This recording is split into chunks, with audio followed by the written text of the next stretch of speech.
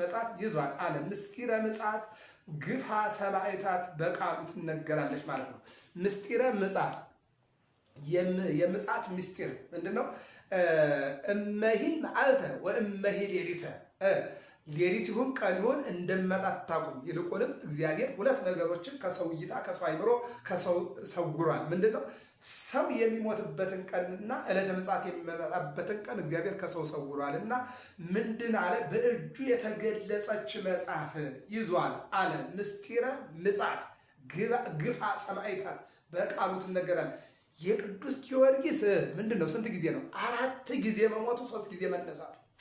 አዎ መጀመሪያ አሰሩት፣ ከዚያ ገረፉት፣ ከዚያ በመጋዝ ሰነጠቁት፣ ከዚያ በሰይፍ ቆራረጡት፣ ከዚያ በሙቀጫ ወቀጡት፣ ከዚያ በምጣድ ቆሉት፣ ከዚያ በተራራ ለጩት። ይህ ግፋ ሰማዕታት ማለት ነው። አዎ እነ ቅዱስ መርቆሬዎስን ካልጋ ላይ አድርገው ከታች እሳት አነደዱባቸው።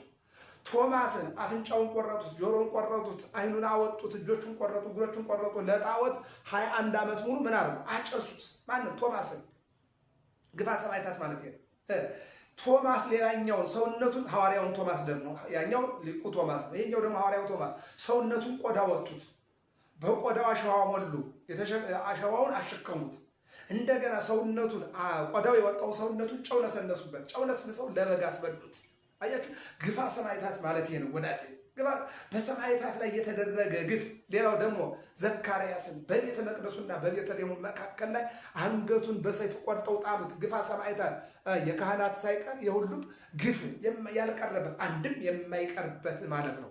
እና ይህን ይናገራል። በቀኝ እግር ባህርን በግራ እግሩ የብስን በቀኝ እግሩ ባህርን በግራ እግሩ የብስን ተረግጧል። ጌታ አምላክ ባህር ወየብስ ነኝ ይላል። ቅዱስ ሚካኤል እስራኤልን በየብስ ያሻገረ ግብፃውያን በባህር ያሰጠሙ እኔ ነኝ ይላል። አዎ ሮም መዓልተ በደመና ወኩሎ ሌሊተ በብርሃነ እሳት ቀን ፀሐይ እንዳይመታቸው በደመና ከታች ሾህ እንዳይወጋቸው በደመና አዎ ጫማ አድርጎ ከኋላ ጠላት እንዳይደርስባቸው ከፊት ጠላት እንዳይጠብቃቸው በደመና በዚህ በኩል ጠላት እንዳያቸው በዚህ በኩልም ጠላት እንዳይጠብቃቸው በደመና እየመራ ማን ነው? እግዚአብሔር። ማን ነው? ቅዱስ ሚካኤል። አዎ ይህንን ነው የሚናገረው። በደመና መራኋችሁ፣ መና ወረድኩላችሁ፣ ጥንጫ ላይ ውሃ ፈለቅኩላችሁ እያለ ይህንን ይናገራል ማለት ነው። ይቀጥልና በፈጣን ስልጣኑ የሐሳዌ መሲሕን ከተማ ያጠፋል፣ በህኡ ረድኤቱ ምዕመናንን ከተማ ይጠብቃል።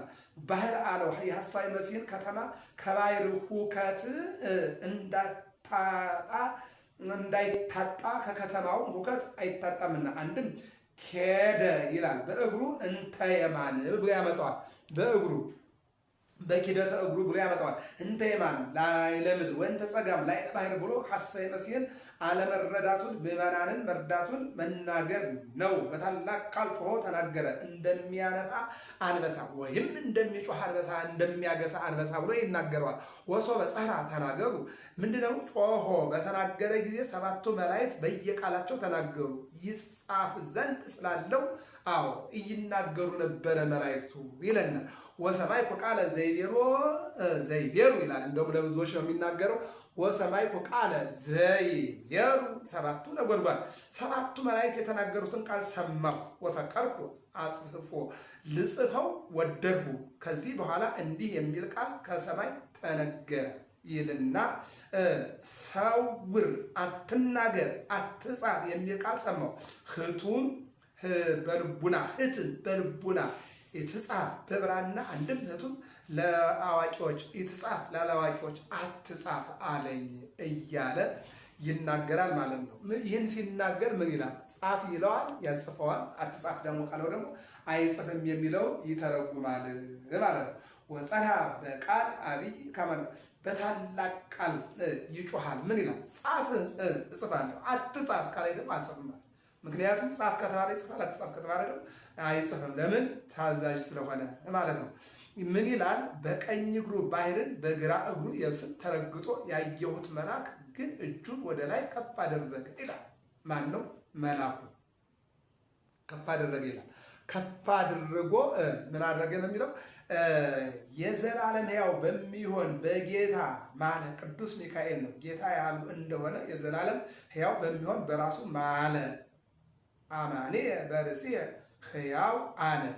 ሰማይን በፈጠረ በሰማይ ያሉ መላእክትን ፀሐይ፣ ጨረቃን፣ ከዋክብትን የፈጠረ ምድርን በምድር ላይ ያሉ እጽዋትንም እንስሳትንም አራዊትንም ደቂቀ አዳምን በፈጠረ በጌታ ማለ። ጌታ ነው ቢሉ አማኔ በርእሴ ሕያው አነ እኔ በራሴ ምያለሁ ብሎ የራሱን መሐላ ይፈጽማል ማለት ነው። የዮሐንስ ራእይ ትርጓሜ ነው። ባህርን በፈጠረ ባህሪው ማለት ስራውን ይሰራ ዘንድ ያለው ሰባተኛው መልአክ ስራውን ከሚሰራበት ዘመን በቀር የሚሰራበት ዘመን የለም። እግዚአብሔር ሲፈቅድ ነው ሁሉም የሚሆነው ማለት ነው። እና ምን ይላል?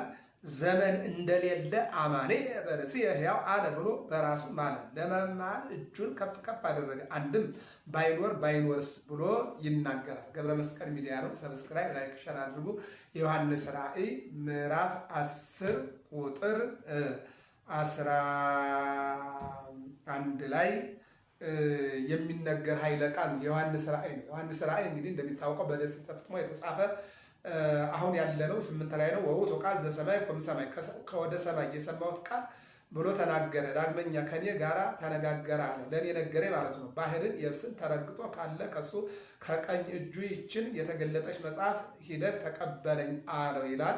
ከመላኩ ዘንድ ሂጄ ያችን መጽሐፍ ስጠኝ አልሁት። ንሳ ብላት ለልቡና ትምረርህ አትስማማህ አለኝ። ይችን መጽሐፍ ብላት ለልቡና ትምረርህ አትስማማህ ብሎ አለኝ። መጽሐፏን ግን ምን አለ? አልከለከለኝም ብላት አለ። ላፍህ ግን እንደ ማር ትጣፍጥህ፣ ለልቡና ትምረርህ ላፍህ ግን ትጣፍጥህ አለኝ።